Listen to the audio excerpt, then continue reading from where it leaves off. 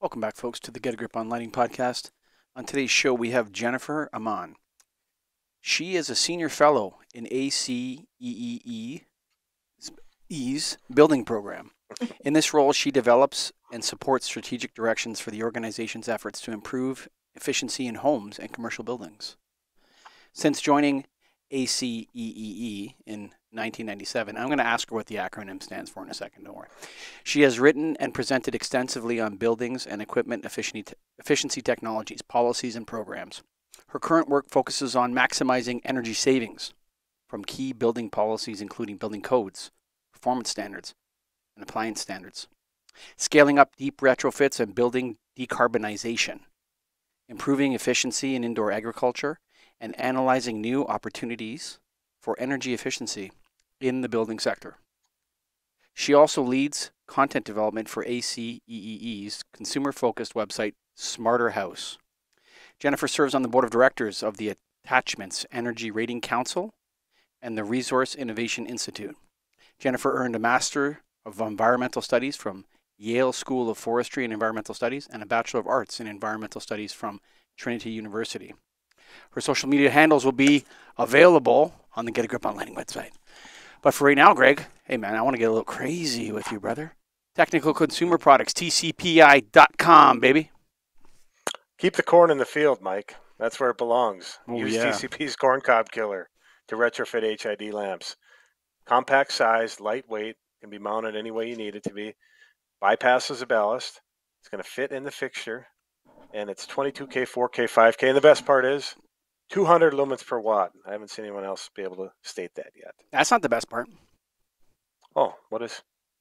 The best part happens to be that it comes in exactly the shape of existing HID lights, which makes it so easy to retrofit into those, the ones that are left over now. I mean, Toronto's largely, most of the lights are already LED, but you have these weird ones, like in concrete lights and stuff like that. I just spec'd 30 of the corn cob killers for a condo downtown. Their terrace has these in concrete lights.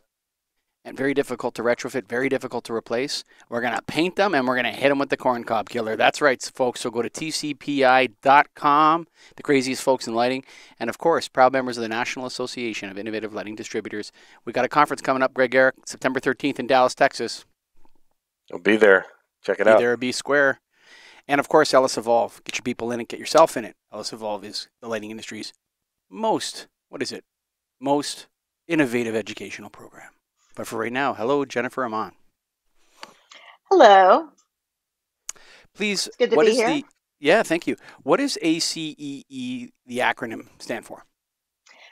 Okay, well, to make it a little easier, we say ACEEE, and it's the American Council for an Energy Efficient Economy. So she's cringing there while I'm going ACEEE, eh? It's like, she's like, oh gosh, this guy's got to do his show prep better. Well, it's also because my name's Jennifer Amann. Amen. But no worries. Man. Where's the show prep? Come on, sucker. How many episodes are we in here? And I can't even get these things right. Oh, my God. Well, Greg, kick it off, brother. I'll go hide in the corner. I'm going to go hide in the corner. You're out. All right. So what year was this formed? The ACEEE, I'll say it right. 1980. So 1980. Really...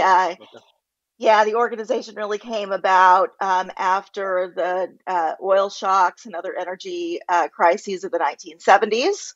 I'm sure you guys don't remember that, nor do I. We're all too young, but they certainly, at that time, a group of scientists working at the various national labs became interested in the idea that we could use energy efficiency as an energy resource.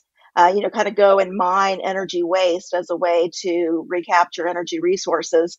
And so they started ACEEE as a way to share information between scientists and researchers and policymakers and others to advance energy efficiency throughout the economy.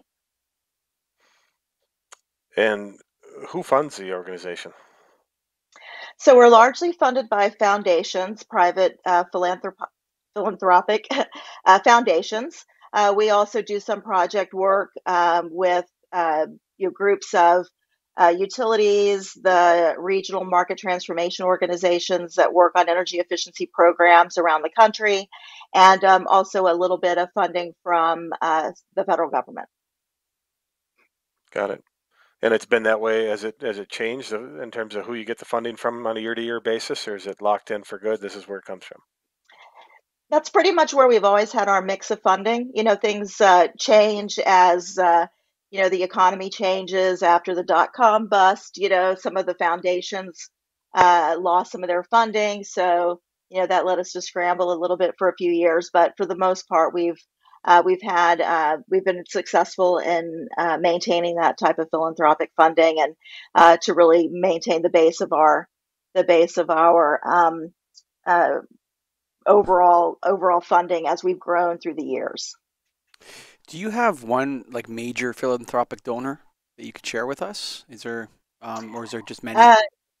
We have many. There are a number of foundations that focus on the energy efficiency and energy as efficiency as a primary strategy to deal with the climate crisis.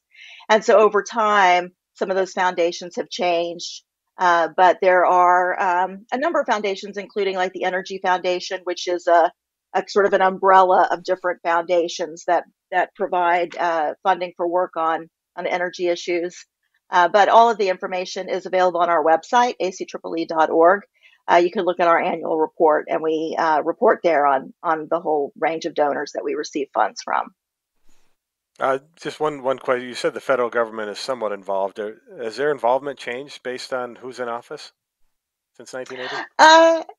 Not too much. Most of our work with the federal government is for research that we do on specific issues around energy efficiency, and that has tended to stay pretty constant, and it doesn't engage, get mixed up in kind of the political stripes that are happening. It's more a matter of what kind of funding the Department of Energy or EPA or other agencies may get from Congress over time. But that's still a relatively small part of our overall operating budget. So, got it. And Michael read your background, but what do you do on a day-to-day basis for the organization? Yeah, it sounds like it's a pretty serious profile. It's like, wow. Yeah, well, that's a great question, and one that I've been with ACEEE. In May, I celebrate my 25th anniversary, and congratulations. I'm not sure that thank you. I'm not sure my parents still understand exactly what it is I do on a day-to-day basis, so that's a great question. So I do a lot of research and work with other researchers on staff, kind of identifying opportunities. For instance, we worked with CLASP, which is an organization that works on appliance standards around the world. In conversation with them, we identified this issue of mercury in lighting and the fact that we now have lighting technologies that can eliminate mercury in lighting products.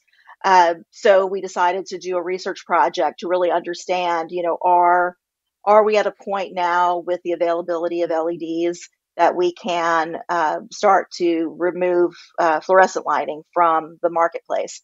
And so putting together a team of researchers to do that research and publish the report. That's one thing, so always working on different research projects. We also provide technical advocacy to the process to develop building codes.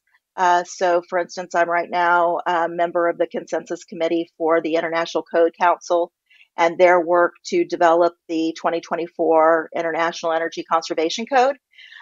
So that takes up a fair amount of time. We provide input to the public comment processes that the Department of Energy does on appliance standards. And then I'm involved in developing a market transformation program for energy efficient indoor agriculture with a grant that we have from the U.S. Department of Energy, working with our partners at the Resource Innovation Institute. So a lot of it is, reaching out, working with others that are trying to advance efficiency, looking at where those opportunities are, and seeing how we can bring our technical expertise, our understanding of program opportunities, including whether it's programs funded by by states, programs funded by utilities, or just opportunities in the market, with market actors that are looking to improve efficiency. So all of those things, together, making those partnerships, finding out where those opportunities are, and then either doing the research to get new information and data out into the world, or to actually engage in processes to advance policy and program design. So I want to talk to you a little bit about mercury. Okay. Mm-hmm.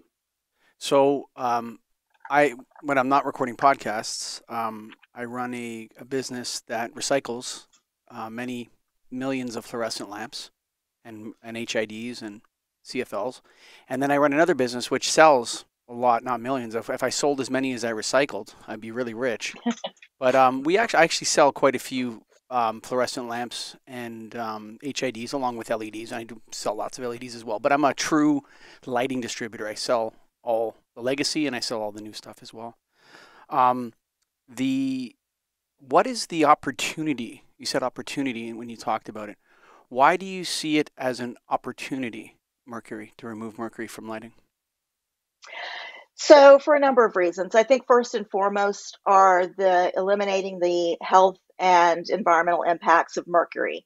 So we know that even though there are businesses like yours that are out there collecting fluorescent lamps, recycling them, capturing the mercury, we know that there's a lot of breakage in that system, literally and figuratively, right? There are a lot of products that people are disposing of inappropriately. And that's the cause. It's one of the leading causes of mercury in the environment is leaching of lamps and other products. I believe it's like 6%. I think the mercury contamination percentage for lighting is 6%. I think it's 6% of all mercury contamination is from the lighting industry. Something like that. Sure. It's significant. Yeah. It's not huge, but it's a significant number, yeah. Right. So what I was saying is that of products that are purchased, right? So we're working to cut down on the number of products that contain mercury, particularly if we have viable alternatives. Now, the other way that we're eliminating mercury by proposing this shift away from fluorescents and toward LEDs is that we know LEDs are already more efficient than most fluorescent lamps, and they're getting more, the projections are that the technology is going to improve even further. And so the more we can reduce energy consumption, the more we reduce the number one cause of mercury contamination in the environment, which is power generation from fossil fuels. So, even though we're making this transition to a cleaner electricity grid, that's going to take some time.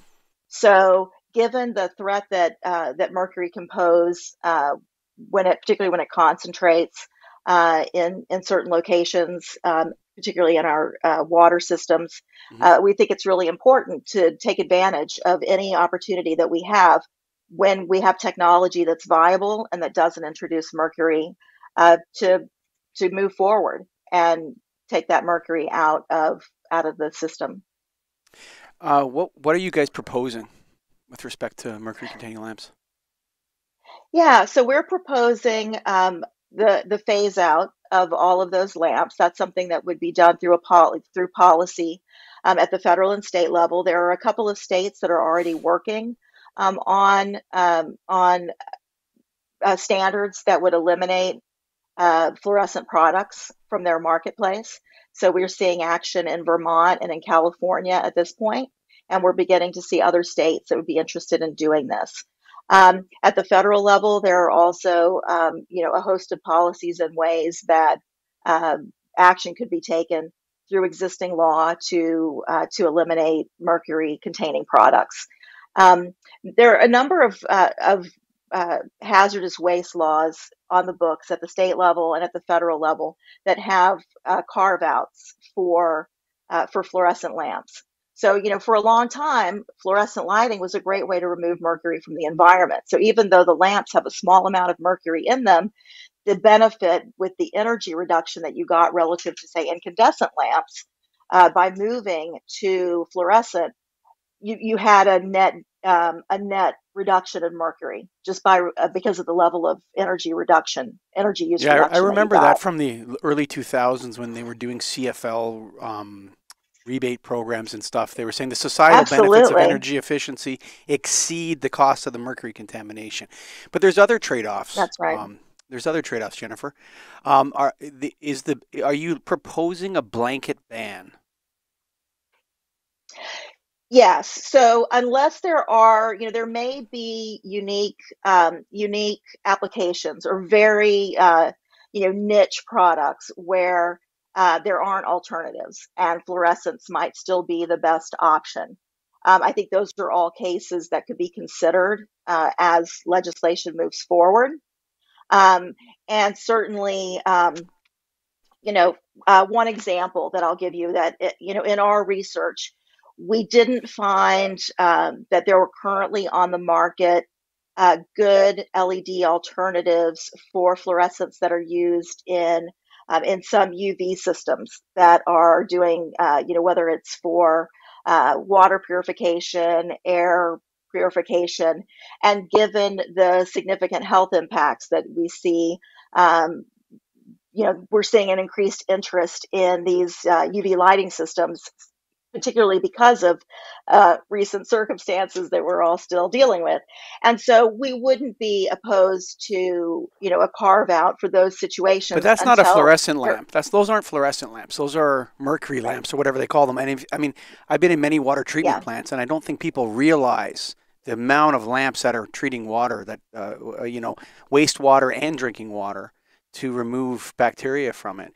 But so that's the UVC situation would be easily handled because they're really not even fluorescent lamps, and oftentimes they're made by different manufacturers, like they're specialty UV manufacturers. I think that's an interesting carve out. What I'm concerned about is anyone. Let me just ask you a question, because you're right on the spot I wanted to ask it at. Have you considered the waste against, because when you make these blanket ban a certain ton of lamps, like they did with the incandescent ban. 90% of all the mercury lamps are probably in 2 categories. You know what I'm saying? Or 3 categories or something like that. And then of the last 10% is like 97 categories or 185 different categories. And so if we just targeted like certain HID wattages and certain fluorescent links of tube that are easily replaceable by LED and left the rest, it would just disappear on its own eventually without creating all the waste. Sure. Well, the way usually these things work is, there would be some time period, right, before there is a manufacturing ban, and then usually what would happen after that is, so then whatever had been manufactured up until that date could be sold through the sales channels. So you wouldn't just be dumping product that had already been manufactured. You would say, as of, just like we do with efficiency standards. I'm actually talking about the fixtures. I'm talking about the actual fixtures. Okay. Yeah. People are going to have to rip out those fixtures, and that all creates carbon and everything else. I think it's a fair question. Yeah.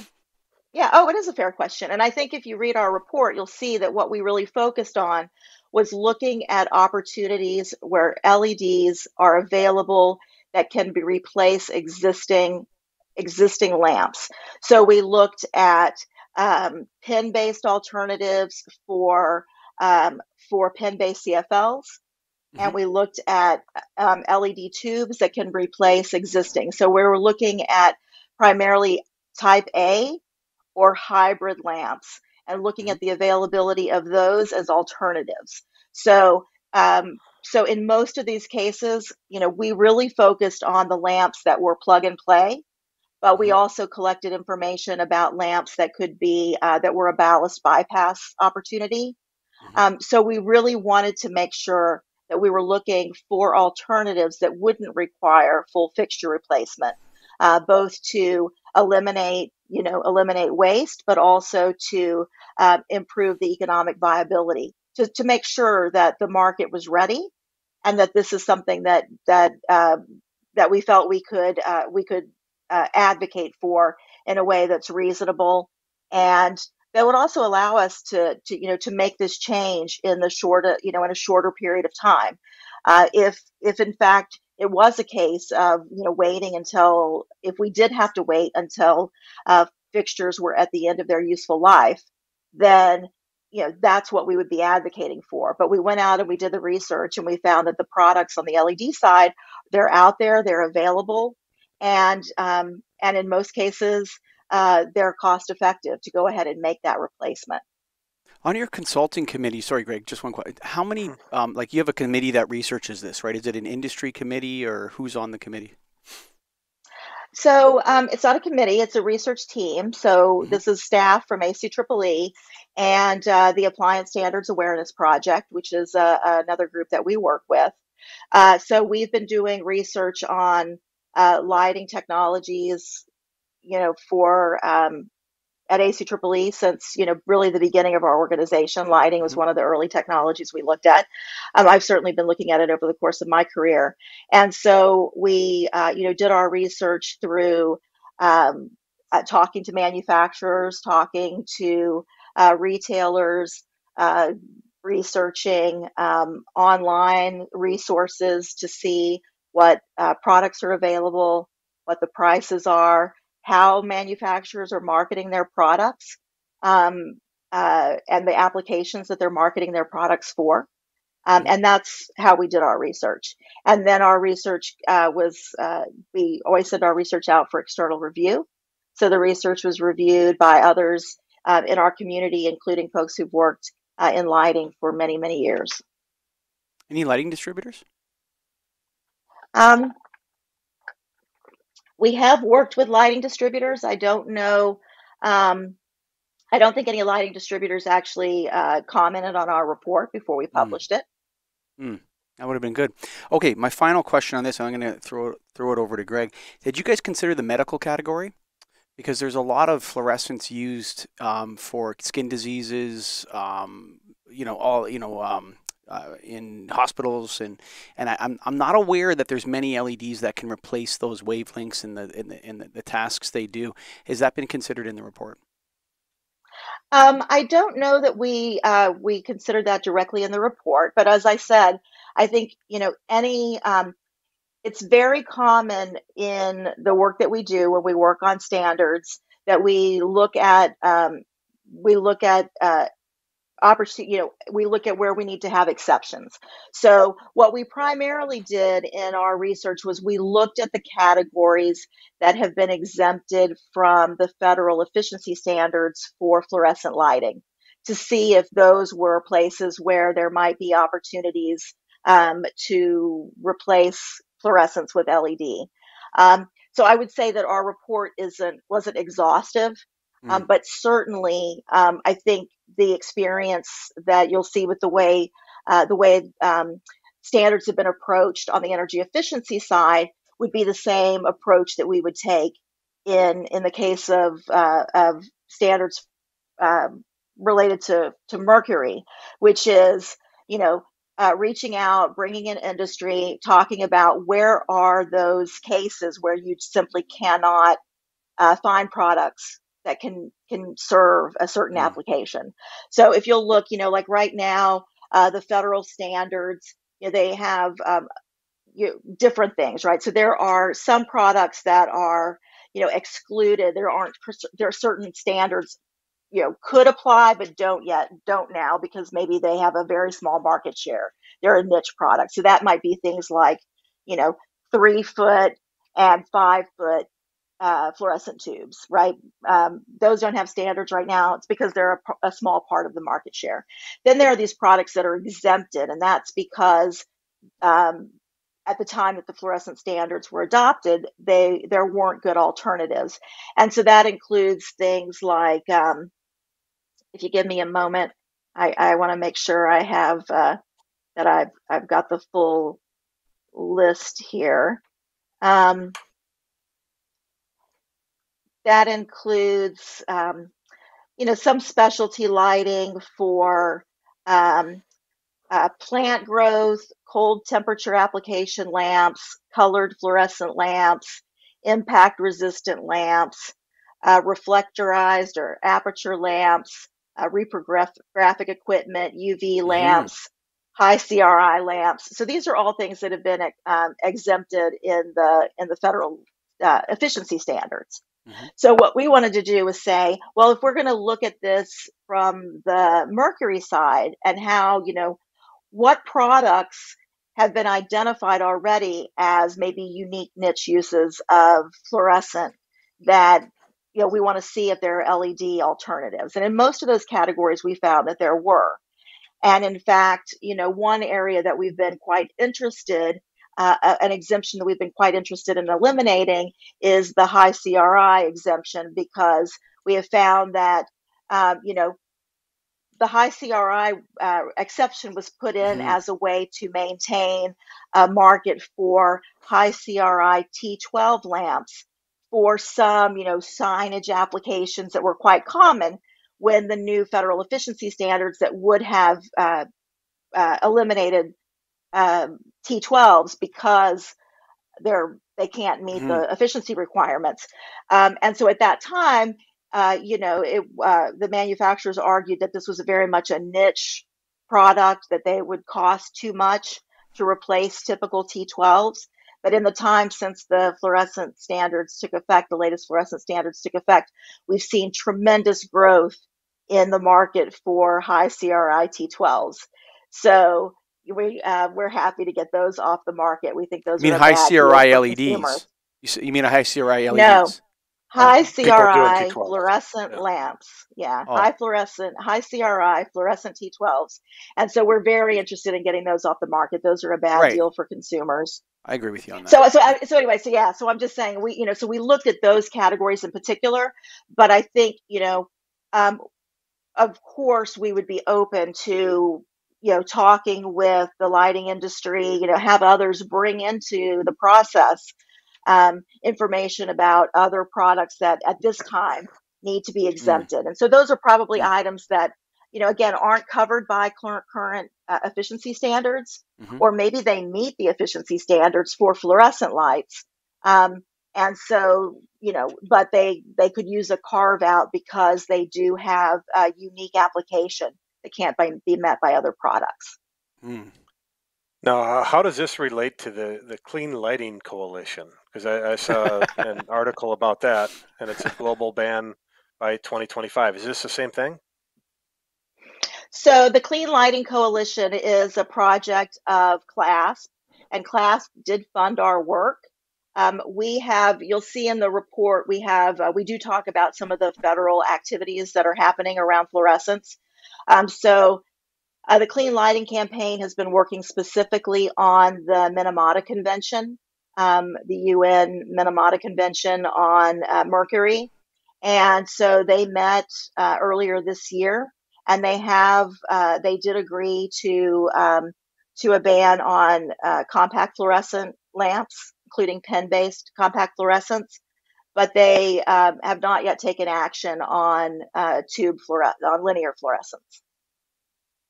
So this ban on the pen-based is for who? Where is it banned right now? So, well, they're not banned yet. And so, but what that is that's an international convention. So countries that are a party to the convention would take that back to their countries for whatever ratification process each country has to adopt or not adopt an international standard. And so this was brought forth by a number of African countries, I think, that have been the subject of a lot of dumping of products as they've been removed from the markets in Europe and the U.S. Because of they no longer meet efficiency standards, or because the market is moving toward LEDs. And so these other countries, manufacturers go and start, selling these products very cheap, and these countries end up bearing the brunt of ongoing mercury pollution and other energy waste that's not, that the developed countries have moved beyond. So there's been an interest in doing that as a way to continue to remove mercury from products in the marketplace. So your guys' strategy, your initiative, is you put together this report, is where it's at right now, and then what are the next steps from here? So the next steps from here. So our partners at the Appliance Standards Awareness Project, they actually work on state level policy, and so they are working in Vermont and California, and we'll be looking for other states that have mercury standards. They have laws on the books, and states that may not have those laws yet but are interested. So we have in the report, we outline what states have different policies around mercury containing products. So, in some cases, they may have banned sales of other products that contain mercury. They may just have rules around purchasing of products by the state. There are different types of policies. So they're working with the states to identify opportunities to adopt policies that would either eliminate the carve out for lighting products, or introduce other mechanisms to phase out the mercury containing lamps, specifically fluorescents. Sure. And the goal is to get all 50 states to do this. So you're going to have 50 different decisions on it. You can't do it from a federal level down. You could potentially do it. Yeah, you could do it from the federal level. And, what we have found is that with efficiency standards, often what has happened is as a number of states have adopted standards on new products, we're often then able to work with industry to come up with a proposal for the federal government. Now, with efficiency standards, there is an existing process for that, through the Department of Energy to adopt standards. Sometimes if it's a new product, we will work with industry and maybe talk to folks on Capitol Hill about the potential for a legislative approach. And so that is something that could happen here as well. But that's not something that we're working on yet. Sure. Do you have a goal in mind in terms of a date that you want this to happen by?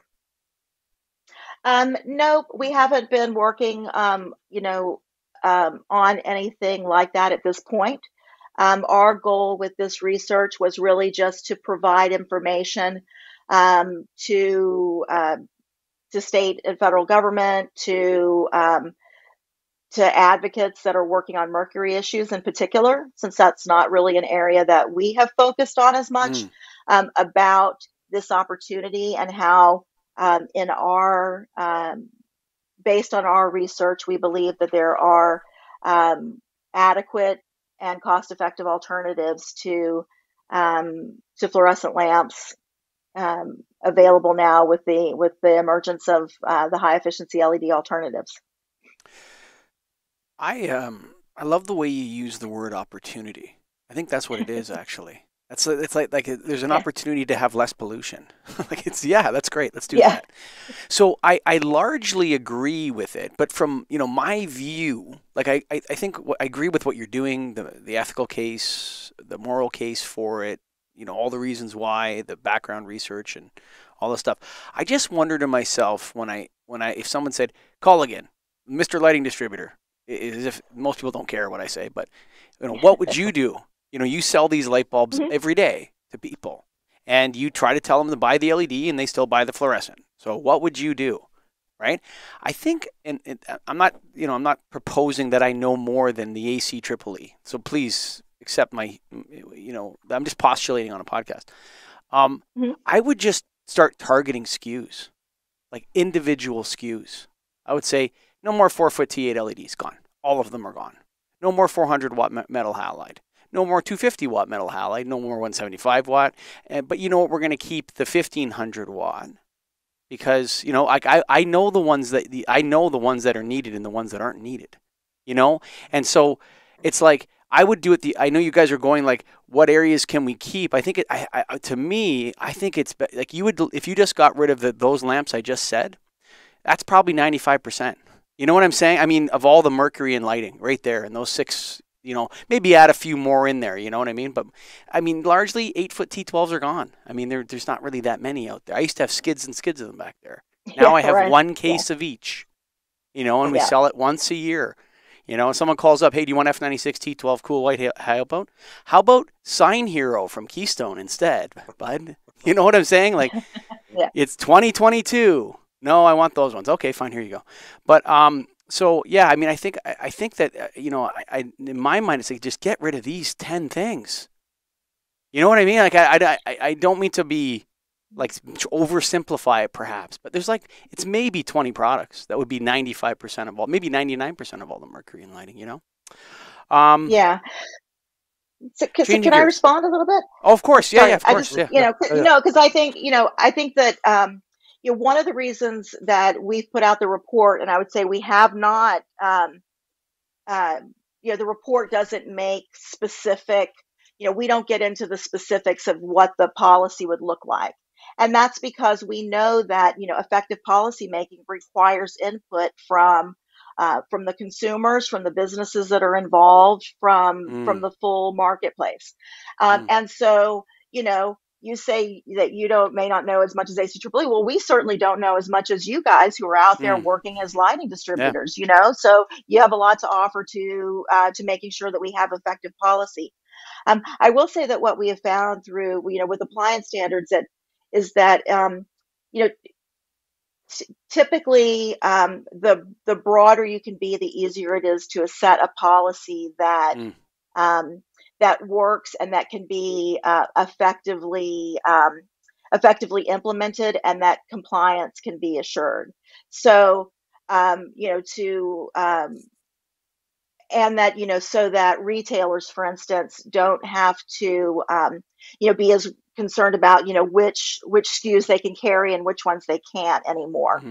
And then also what we have found with efficiency standards is that once a product is no longer manufactured, your customer that says that still wants the fluorescent, even though the LED would provide equivalent performance, they just won't have that option anymore. Now, people have arguments about, whether or not people should be able to buy whatever they want to buy.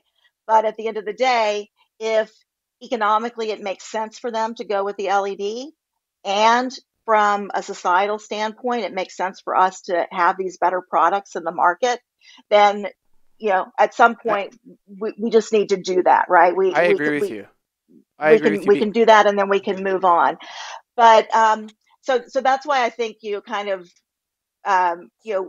that's why typically the approach is to identify those unique places where there aren't alternatives, or, if for some reason, if there was some application where it was just much more expensive. And I'll give you an example. So one of the things that was done when the fluorescent lighting standards came into effect, we knew that there were a lot of residential customers that still had T12 fixtures with magnetic ballasts in their basement. Those things were going to last. Those ballasts were going to last forever, right? Because especially if they had PCBs in them. If they have PCBs in them, they're still going now from 40 years ago. So that's going to last forever.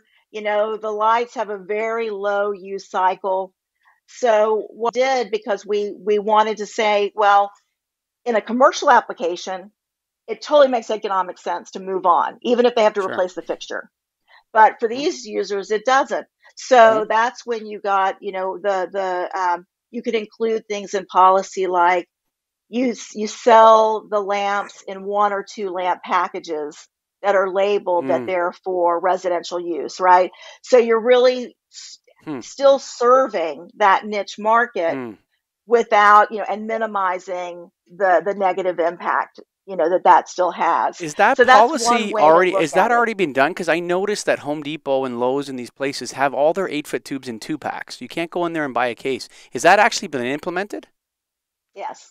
That's a great idea. Because the contractors would go in there and just buy the case and go. But the contractors would be like, how many packages of these 2 do I have? That's interesting. That's an interesting nudge. That's a little nudge. Yeah. So there are, so there's the opportunity, I think, here I go again. There are ways to be flexible in policy making. And I think one of the ways that we get these effective policies, as I've said, is looking at, what does this mean? How can the retailers, lighting distributors, manufacturers, consumers. How can we all work together to come up with a solution that's effective, helps us reach our goals, but does not create an undue burden on anyone? I was thinking in the kind of adage I was thinking is kind of you need the carrot and the stick. So And we're running out of time, so I want to change gears if it's okay with you, Greg. I want to talk sure. about another thing that you brought up, and that's energy efficiency.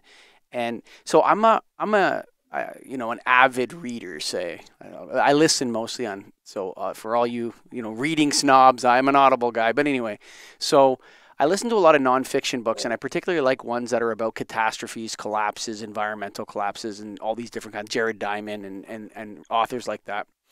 And the message that kind of resonates, and we interviewed one of them on our podcast. The name escapes me right now. Wonderful lady, but she had specifically pointed out that mitigation is paves the road to collapse, and that if you can't mitigate yourself out of a water crisis. You can't mitigate your way out of, like, the idea that the lighting industry should bear the load, because bear the load of energy efficiency mitigation, has caused a lot of problems in lighting. That idea that the race for lumens per watt, has created a lot of bad lighting, flickering lighting, burning out too quickly, purple street lights, light pollution galore, a lot of problems. And so why not the focus on generating clean energy? Like, whether that's nuclear or hydroelectric, like, it seems to me that, the mitigation, I want to be able to use, like, the problem with a place like the Congo, say, okay? It's not that there is pollution in the Congo. The problem is that there's no energy there. Like, literally, there's no electricity. The problem with places like California is happening now. They're having rolling blackouts. They don't have enough electricity. This causes massive problems. And so I often look at, people talk, well, we want to address our climate change responsibility in lighting. And I think, well, why don't we just focus everything on the creation of clean electricity so we can use as much of it as we want? Well, so is that a question? That's a question. Yeah, why not do that? Okay, yeah. And I'm sure you're going to give me a great answer, but yeah. I'll do my best. So certainly, I don't work on renewable energy, but I'm certainly a huge proponent of renewable energy. But one of the best ways to make renewables a viable option for us in the short term time that we have to deal with climate change, is to eliminate energy waste. If you can make your home more efficient, then you can purchase a solar array that can provide all of your needs and maybe feed some of that energy back to the grid. So we know that, the less demand we have, the easier it will be for us to make that shift to renewables and meet more of our need with renewables. Because at this point, we know there are still some challenges, right? There are time challenges. It turns out that, we get solar is great in the middle of the day, and wind is great in the middle of the night. We're working on storage. Storage is great, but it's going to take us a while to transfer our whole system. And we need to be acting on carbon now. We need to act on climate now. I mean, the latest IPCC report tells us that things are getting really serious, and we're at danger of not meeting even our extended goals. So if we're able to, another example are, some of the difficulties that they've had in California and other places as they've brought additional renewables on the grid without having the reliable or the degree of storage that we need.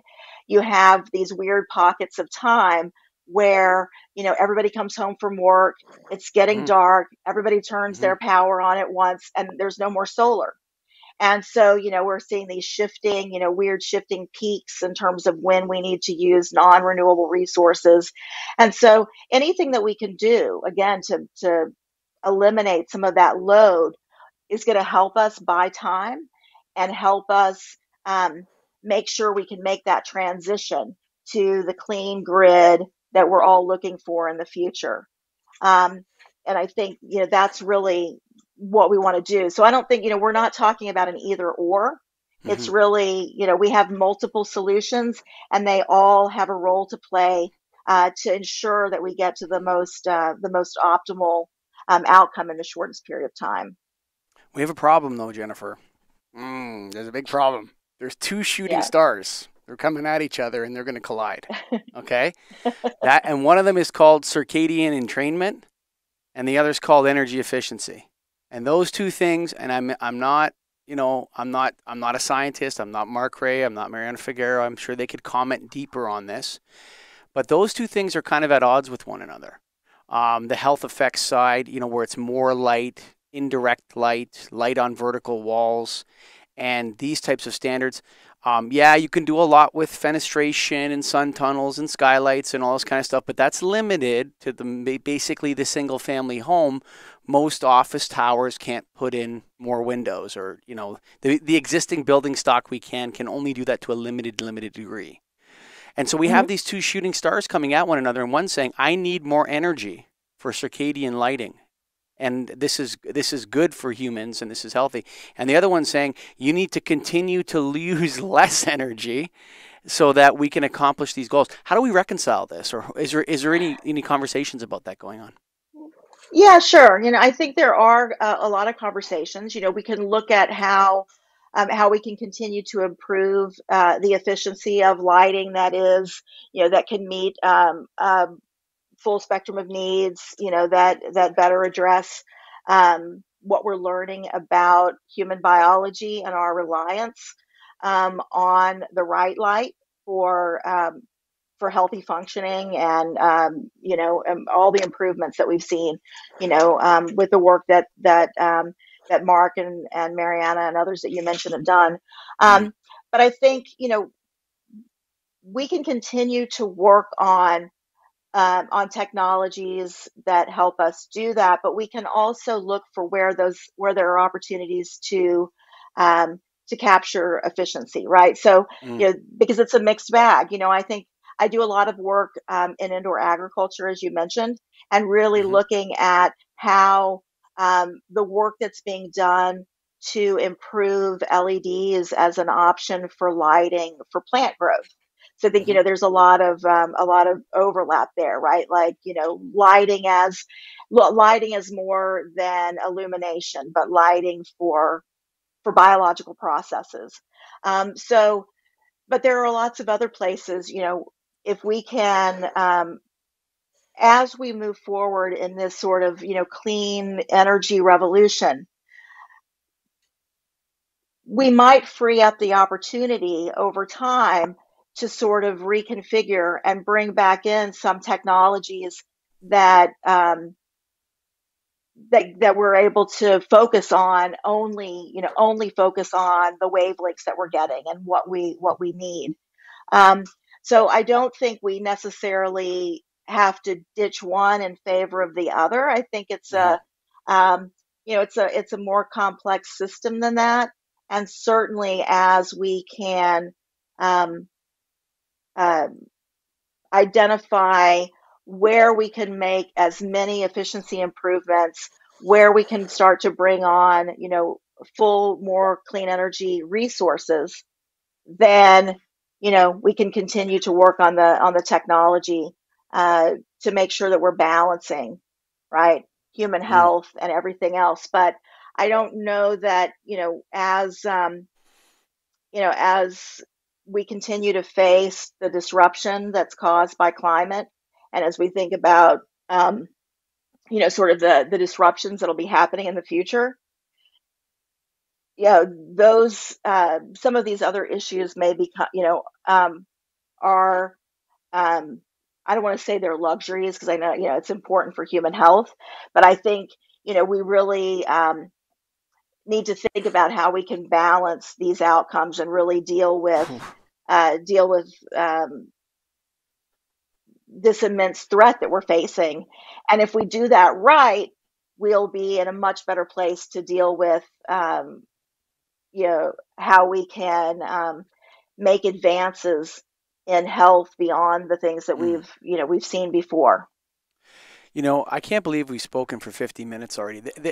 Jennifer, this has been my favorite podcast of the year. I'm telling you right now, and I feel like I could go in a million directions. And Greg's reminding me, hey, we want to keep it. We don't want to have these 2-hour podcasts. So, I want to propose something to you. And you've been in this game quite a while, and you've seen different. You're talking about mercury. You're talking about climate change. You're talking about these different problems that we face environmentally, created by industry, and and that we truly want to solve. And I've been proposed. I also do a show called the Restoring Darkness podcast, which is focused on darkness preservation and restoration, and that is. We've come to learn over the course of 40 episodes or so in that show that actually light pollution is pollution. It's not a metaphor. It causes lots of problems, from human health to animal welfare to all sorts of different things that are real and impact us.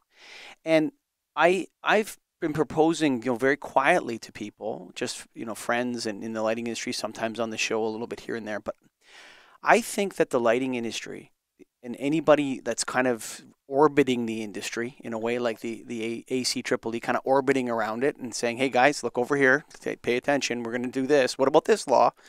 I think that, and call me crazy. I've been called crazy many times. It won't offend me at all.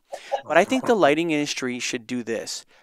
They should say our number one mission, our only moral and ethical obligation is the elimination of light pollution. Now, why would I say that? Okay. Because it's a problem we can solve. Climate change is not a problem we can solve right now. It's something that we have to have emerging technologies. We got to invent stuff. We got to figure out if we're going to do nuclear power or if we're going to do solar or whatever to get away from the fossil fuels. But light pollution is completely and totally solvable, 90% of it or whatever. And if we solved it, we would contribute both to energy efficiency and climate change in doing so. And so the end goal solves the other ones as well. How do you feel about that proposition? I think that's great. I'm like you. I'm a proponent of dark skies. I've been railing at the proposals for. I live in Baltimore, and our mayor and the city council is looking for money, and they want to create some big electronic signage lighting thing that we don't have. And I'm like, why? We don't need that, right? Like, let's have some darkness. So I'm completely with you. And I do think that that's a great idea. And I have to say, all kudos to the lighting industry for the significant advancements that have been made. I mean, if you look at where we were 20, 30 years ago to where we are now, all of the work that's been done to get us where we are on LEDs. We haven't even had a chance to talk this morning about the Washington Post had an exclusive that the standards on incandescents are coming out of DOE this week. So, we're really seeing, a huge change. I mean, you can see in the energy use surveys that DOE does for residential and commercial buildings, you can see lighting is one of the end uses that is ratcheting down and becoming a smaller and smaller part of buildings' energy consumption because of the advances that the industry has made.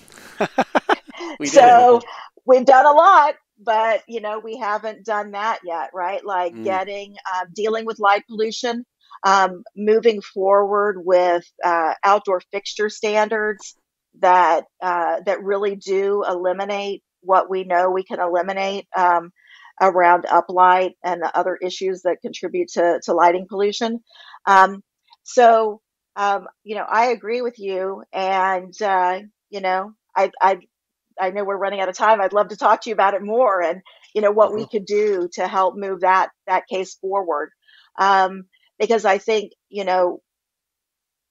the other thing that I think is really great about your determination that this is a problem that can be solved is that anytime we can show our ability to address an environmental issue successfully, yes, I love you. it Montreal helps Protocol. drive. Montreal Yes, Protocol. I was thinking the same thing. It helps us understand, and it gives people hope that we can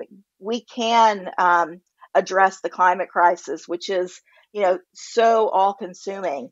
If you let yourself get bogged down in it. But I will take issue that I don't think we need to develop a lot. We need to improve technologies, but we really are in a great place to move ourselves beyond fossil fuels and address climate.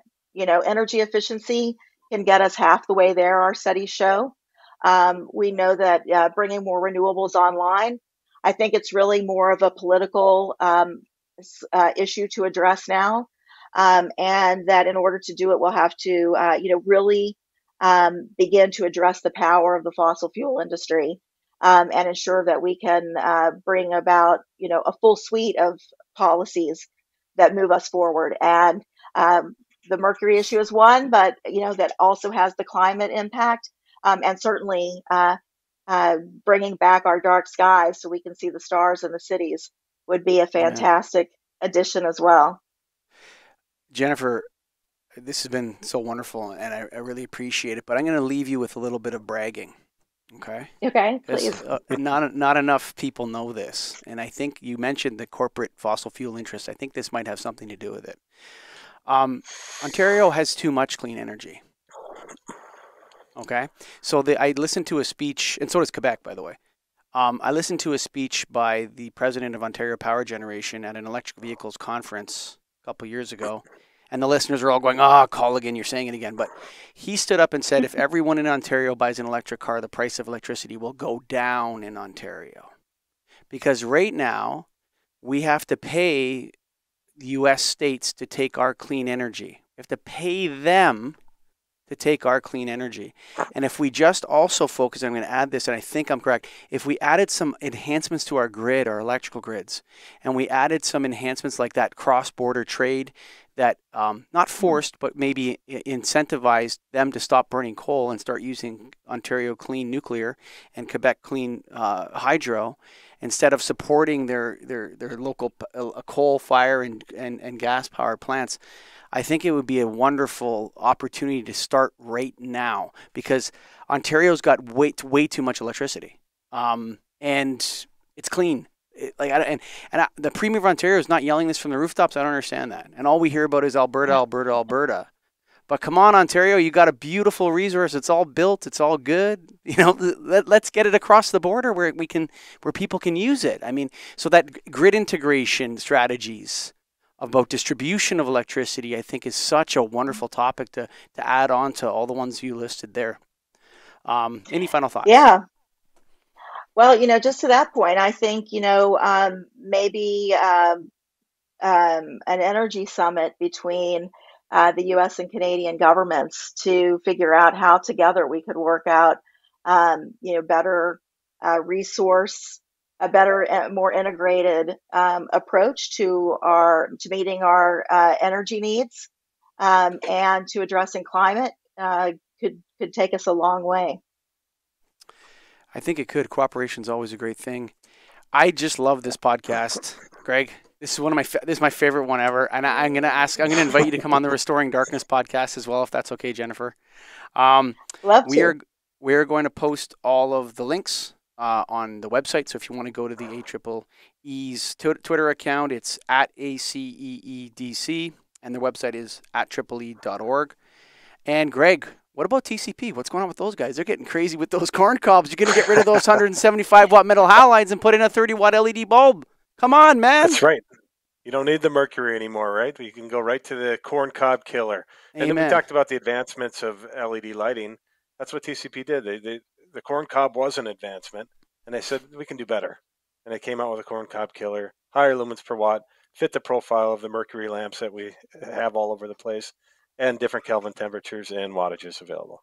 Beautiful for those hard to retrofit applications, folks. Come on. I know you want to sell fixtures and all that sort of stuff. You don't want to go screw in a light bulb.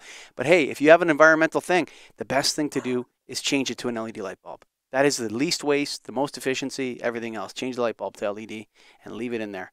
And of course, the National Association of Innovative Lighting Distributors, where lighting means business. That's right. We're having our convention with ArcLight in September the 13th in Dallas. Come on down, hang out with us. And of course, I know we went a little bit off topic on the from lighting a little bit, but come on, man, that's some juicy stuff. We're talking mercury mitigation of the. Oh yeah, that's what I get into the juice, folks. You made it to the end here. You know we love you guys and gals. Bye for now.